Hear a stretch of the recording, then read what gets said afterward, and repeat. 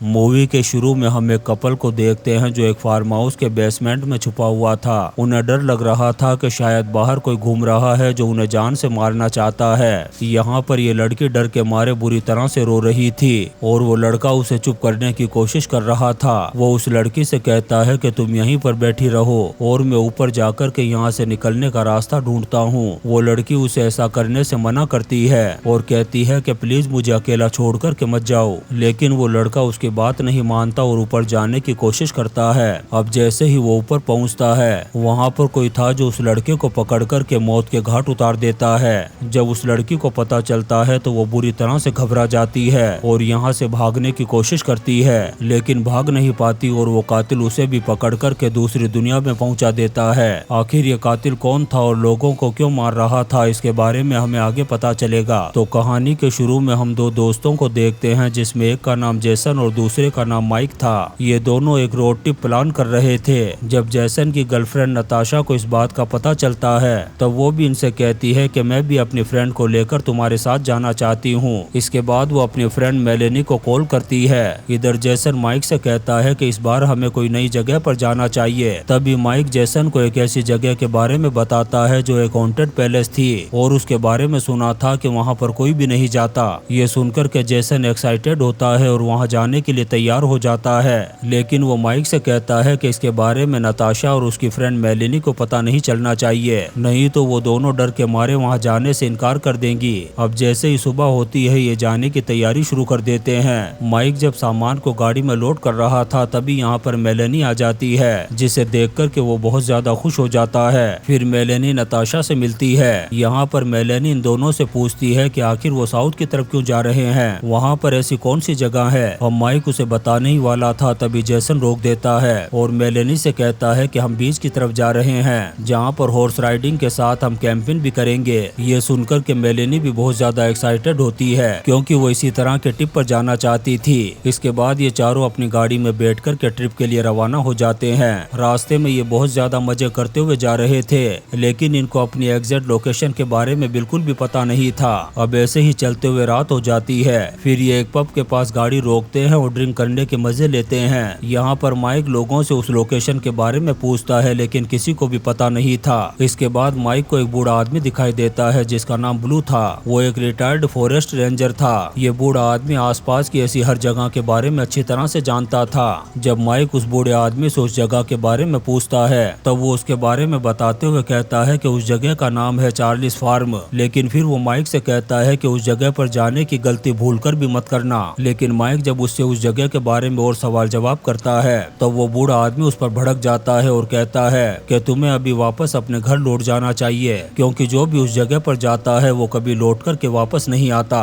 ये सुनकर के नताशा बहुत ज्यादा टेंशन में आ जाती है और उस बूढ़े आदमी से पूछ लेती है कि आखिर तुम ऐसी कौन सी जगह के बारे में बात कर रहे हो। तब वो बूढ़ा आदमी नताशा से भी कहता है कि मेरी बात मानो और वापस घर चले जाओ। अब वो और सवाल जवाब करती इससे पहले ही ये चारों वापस से अपनी गाड़ी में बैठ कर के रवाना हो जाते हैं। फिर कुछ दूर जाने के बाद ये एक जगह पर रुक कर के टेंट लगाते हैं और आग जलाने का इंतजाम करते हैं। यहाँ पर नताशा जेसन से उस चार्लिस फार्म के बारे में पूछती है और कहती है कि मैं उसकी कहानी सुनने के लिए बहुत ही ज्यादा एक्साइटेड हूँ। फिर जेसन माइक को चार्लिस फार्म की कहानी बताने के लिए कहता है। अब यहाँ पर जेसन उस खतरनाक जगह के बारे में बताना शुरू करता है। दरअसल माइक को चार्लिस फार्म की कहानी बचपन में उसके मॉम डैड ने सुनाई थी। फिर वो इन्हें बताता है कि उस जगह पर 1980 में विल्सन फैमिली रहा करती थी और वो फार्मर हुआ करता था। उन्हीं का एक बेटा चार्ली था जो बहुत ही अजीब तरीके से पैदा हुआ था और ये भी बताया जाता है कि जब वो पैदा हुआ था तब उसके माँ बाप पागल हो गए थे और जो भी टूरिस्ट इनके फार्म के आसपास नजर आते ये उनको पकड़ कर के मार कर के खा जाया करते थे। अब यहाँ से सीन शिफ्ट होता है और हमें विल्सन फैमिली को दिखाया जाता है, जहाँ पर विल्सन पियानो बजा रहा था और उसकी वाइफ डांस कर रही थी। यहीं एक रूम में हम एक लड़की को देखते हैं जिसे इन लोगों ने बांध करके रखा हुआ था। इस लड़की के साथ मिस्टर विल्सन ने कई बार बलात्कार किया था। यहाँ पर ये लड़की अपने आप को छुड़ाने की कोशिश कर रही थी और यहीं पर मिस्टर विल्सन का बेटा उसकी निगरानी कर रहा था, जो दिखने में बहुत अजीब सा था। तभी गांव के लोग चार्लिस फार्म के बाहर आकर के मिस्टर विल्सन को बाहर निकलने के लिए कहते हैं। जब मिस्टर विल्सन बाहर आता है तब गाँव वाले उससे पूछते हैं कि वो लड़की कहाँ है। तब वो गाँव वालों से कहता है कि मुझे ऐसी किसी भी लड़की के बारे में कुछ नहीं पता। इसके बाद मिस्टर विल्सन गाँव वालों को धमकी देता है कि चुपचाप मेरी प्रॉपर्टी से चले जाओ। तभी एक आदमी चार्ली के बारे में मजाक उड़ाता है। तब मिस्टर विल्सन की वाइफ का दिमाग खराब हो जाता है और वो उन गाँव वालों से कहती है कि अब की बार किसी ने भी मेरे बेटे के बारे में कुछ कहा तो गाँव के सारे लोगों को नासा के रॉकेट में बैठा कर के ऊपर पहुँचा दूंगी। यहाँ पर हम उसी बूढ़े आदमी ब्लू को देखते हैं जो उस वक्त फॉरेस्ट रेंजर रहा करता था। वो एक बार फिर से मिसेज विल्सन से उसके बेटे के बारे में पूछता है, लेकिन वो उसे कुछ भी नहीं बताती। इसके बाद वो बूढ़ा आदमी ब्लू मिस्टर विल्सन को गोली मारकर के मौत के घाट उतार देता है। मिस्टर विल्सन की वाइफ जब इस चीज को देखती है तो डर के मारे भाग कर के घर में घुस जाती है। घर में जाकर वो अपने बेटे चार्ली को लेकर के जंगल की तरफ भाग गई थी। इसके बाद उन दोनों माँ बेटों का क्या हुआ इसके बारे में किसी को कुछ नहीं पता। कोई बताता है कि उन दोनों को ढूंढ कर के मार दिया गया था और कोई कहता है कि वो दोनों अभी तक जिंदा हैं। ये सुनकर के नताशा कहती है कि हो सकता है वो दोनों जिंदा हो, इसीलिए वो बूढ़ा आदमी हमें वहाँ जाने से मना कर रहा था। ये सुनकर के नताशा जेसन से कहती है कि जब तुम दोनों को पता था तो फिर यहाँ पर क्यों आए। तब वो कहता है कि हम यहाँ पर इसलिए आए हैं ताकि इस जगह को एक्सप्लोर कर सकें और चार्लीज फार्म कहाँ पर है इसके बारे में पता लगा सकें। ये सुनकर के मेलेनी बहुत ज्यादा एक्साइटेड होती है और कहती है कि वो अभी भी इस ट्रिप को जारी रखना चाहती है। फिर वो नताशा से कहती है कि अगर तुम्हें डर लग रहा है तो तुम वापस जा सकती हो। ये सुनकर के नताशा इस ट्रिप को कैंसिल नहीं करती और अपने दोस्तों के साथ चलने के लिए तैयार हो जाती है। लेकिन नताशा को अंदर ही अंदर बहुत ज्यादा डर लग रहा था। अब जैसे ही सुबह होती है नताशा उसी चार्लीज फार्म के बारे में सोच रही थी। वो अपने दोस्तों से कहती है कि जब से मैंने वो कहानी सुनी है मैं रात भर सो नहीं पाई। फिर वो कहती है कि तुम सभी को एक बार फिर से सोच लेना चाहिए। लेकिन जेसन उसे कहता है कि वो तो बहुत ज्यादा एक्साइटेड है और आज ही उस चार्लीज फार्म को ढूंढ करके रहेगा।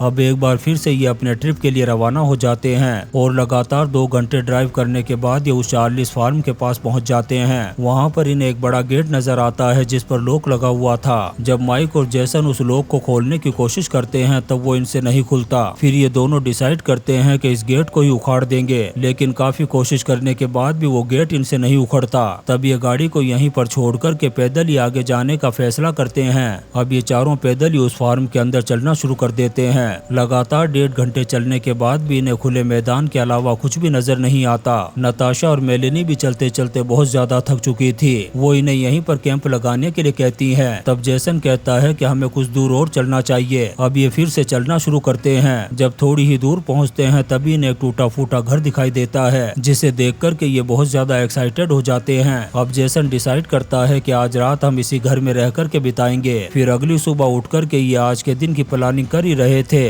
तभी माइक को एक कपल अपनी तरफ आता हुआ दिखाई देता है। इसके बाद वो उन्हें हेलो कहकर के आवाज लगाता है। जेसन उस कपल को अपनी तरफ आता हुआ देख कर के सोच में पड़ जाता है। जब वो पास आते हैं तब इन्हें पता चलता है कि ये भी इस जगह को एक्सप्लोर करने के लिए आए हैं। इसमें लड़की का नाम अलीशा और लड़के का नाम गॉर्डन था। वो इन्हें बताते हैं कि जब इस फार्म के बाहर हमने तुम्हारी गाड़ी देखी तब हम यहाँ पर चले आए। अब ये सभी मिलकर के ब्रेकफास्ट करते हैं और आज के दिन की प्लानिंग भी करते हैं कि इन्हें कहाँ कहाँ घूमना है। इसके बाद ये डिसाइड करते हैं कि हम दो के ग्रुप में अलग अलग जगह पर जाएंगे और फिर रात को इसी जगह पर जमा होकर के बताएंगे कि किसको क्या पता चला है। इसके बाद माइक और मेलेनी घूमते हुए एक झील के पास पहुंच जाते हैं जहां माइक कहता है कि अब मैं स्विमिंग करूंगा। मेलेनी पहले तो मना करती है, फिर उसके साथ पानी में कूद जाती है। उधर एलिसा और गॉर्डन एक घर के पास पहुंचते हैं जिसका दरवाजा खुला हुआ था। अंदर जाने के बाद ये बहुत सारे सामान को देखते हैं जो इधर उधर बिखरा हुआ पड़ा था। इस सामान को देखकर के ऐसा लग रहा था कि जैसे ये 40-50 साल पुराना है। तभी इन्हें एक बिस्तर दिखाई देता है जो एकदम फ्रेश था, जिसे देखकर के एलिसा कहती है कि अभी भी यहाँ पर कोई रहता है, इसलिए हमें फौरन यहाँ से चले जाना चाहिए। अब ये दोनों यहाँ से जाने लगते हैं और गॉर्डन जैसे ही दरवाजे के बाहर निकलता है तभी वो कातिल उस पर हमला कर देता है, जिससे यहीं पर गॉर्डन का काम तमाम हो जाता है। ये देखकर के एलिशा घबरा जाती है और दरवाजे को बंद करके अंदर ही कहीं छुप जाती है। तभी वो दरिंदा दरवाजे को तोड़कर के अंदर घुस जाता है। यहाँ हमें पता चलता है कि ये शैतान कोई और नहीं बल्कि चार्ली था, जो दिखने में बहुत ही ज्यादा भयानक और पिशाच की तरह लग रहा था। यहाँ पर चार्ली पागलों की तरह अलीशा को ढूंढ रहा था। तभी उसे अलीशा मिल जाती है, जिसे घसीट करके वो बाहर लाता है और एक ठोस जगह पर उसका सर दे मारता है, जिससे अलीशा बेहोश हो जाती है।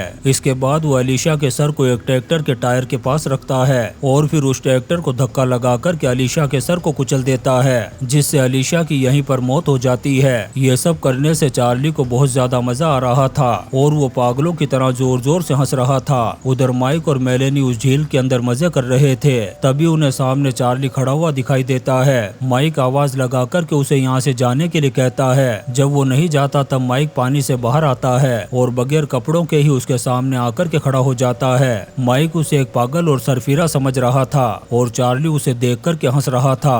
मेलेनी माइक को उससे दूर रहने के लिए कहती है, लेकिन तभी अचानक से चार्ली माइक पर हमला करता है, जिससे माइक तड़प तड़प करके मर जाता है। ये देख कर के मेलेनी वहाँ से भागने लगती है, लेकिन चार्ली उसे भी पकड़ करके उसके मुंह को चीर देता है। उधर जेसन और नताशा घूमते घूमते घर के अंदर घुस जाते हैं। तभी उन्हें पता चलता है कि यहाँ पर कोई है जो उन्हें मारना चाहता है। ये देख कर के नताशा जेसन से कहती है कि मैंने पहले ही कहा था वापस चले जाने के लिए। तभी जेसन को लगने लगता है कि चार्ली आसपास नहीं है। तब वो नताशा को लेकर के यहाँ से भागने लगता है, लेकिन इस घर के सारे दरवाजे लॉक थे, इसलिए ये वापस से एक जगह पर छुप जाते हैं। तभी जेसन को पास के रूम में से किसी की आवाज सुनाई देती है। तब वो समझ जाता है कि शायद चार्ली इसी रूम में होगा। अब जेसन बगैर सोचे समझे पीछे से जाकर के चार्ली पर हमला कर देता है, लेकिन चार्ली बड़ी ही आसानी से जेसन को पकड़ करके उसके गले को चीर देता है। अब खून में लथपथ जेसन नताशा को यहाँ से भागने के लिए कहता है, लेकिन नताशा उसे छोड़ करके नहीं जाना चाहती थी। लेकिन अपनी जान बचाने के लिए नताशा यहाँ से भागने लगती है और चार्ली उसका भी काम तमाम करने के लिए उसका पीछा करना शुरू कर देता है। तभी भागते हुए नताशा को एक गाड़ी दिखाई देती है। तब वो फौरन उसमें जाकर के छुप जाती है। चार्ली भी बहुत तेजी से उसकी तरफ बढ़ रहा था।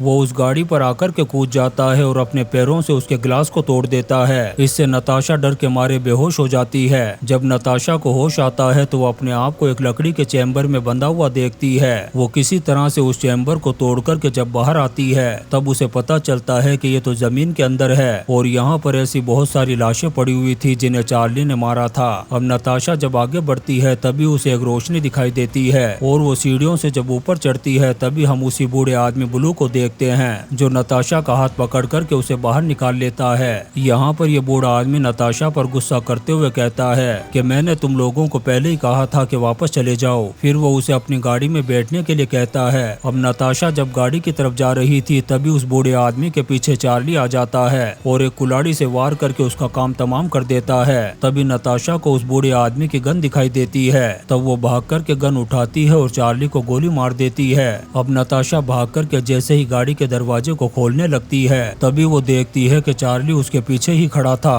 वो अपने हथियार से नताशा के पीठ पर वार करता है, जिससे नताशा का यहीं पर काम तमाम हो जाता है। फिर वो नताशा को अपने कंधे पर उठाता है और यहाँ से ले जाता है और इसी सीन के साथ ये शानदार मूवी चार्लीज फार्म खत्म हो जाती है। दोस्तों, हम आपके लिए ऐसी ही इंटरेस्टिंग मूवीज एक्सप्लेन करते रहेंगे, तो आप चैनल को सब्सक्राइब जरूर करें और लाइक और कमेंट्स भी करें। Thank you.